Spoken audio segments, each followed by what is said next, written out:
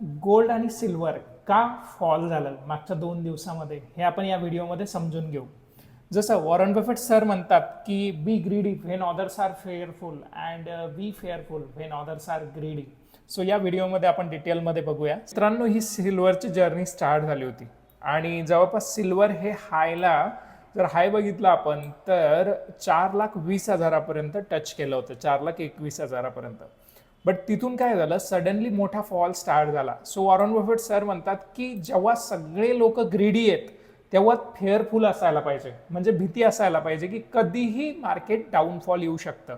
So जेव्हा कोणताही asset column, silver म्हणा, गोल्ड म्हणा, स्टॉक्स म्हणा, जेव्हा हाय प्राईजला जातो त्यावेळेस शक्यतो केअरफुली इन्व्हेस्ट करायला पाहिजे. सो सिल्वरमध्ये मोस्टली लोकांनी जेव्हा 3.5-3 लाखाच्या वर जायला लागलं तेव्हा स्वतःहून बरेच रिटेल इन्व्हेस्टर इन्व्हेस्ट करायला लागले, पण ते अगदी चुकीचं होतं. तिथून ॲक्च्युली प्रॉफिट बुक करण्याची वेळ होती. आणि तुम्ही जर बघितलं तर ही कॅन्डल जवळपास 1,20,000 सिल्वर या एका कॅन्डलमध्ये एका दिवसात खाली आलेलं आहे. सो बी केअरफुल, तुम्ही बॉटमलाच इन्व्हेस्टमेंट करायला पाहिजे. एकदम हायला जेव्हा कोणताही स्टॉक्स म्हणा, सिल्वर म्हणा, गोल्ड म्हणा, कोणताही ॲसेट कॉलम जेव्हा हाय प्राईजला जातो त्यावेळेस शक्यतो इन्व्हेस्टमेंट अवॉइड करायला पाहिजे.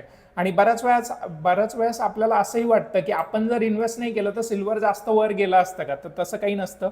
FOMO, fair of missing out, हा खूप महत्त्वाचा पॉईंट आहे. तो इथे मोस्टली काय होतं आपल्याला की असं वाटतं एखादी इन्व्हेस्टमेंट आपल्याकडून मिस होईल, भीती वाटते, त्यामुळे आपण या ठिकाणी हाय प्राईजला इन्व्हेस्ट करतो.